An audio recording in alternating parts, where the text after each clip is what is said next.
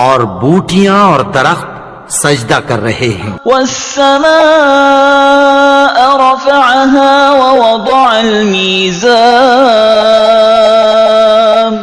اور اسی نے آسمان کو بلند کیا اور میزان عدل قائم کر دی.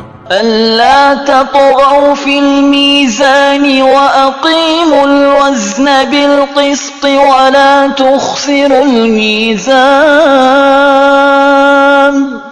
کہ اس میزان میں حد سے تجاوز نہ کرو اور انصاف کے ساتھ ٹھیک تولو اور تول کم مت کرو. والأرض وضعها للأنام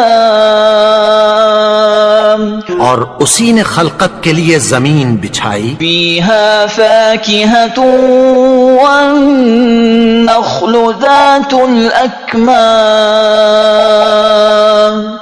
اس میں میوے اور کھجور کے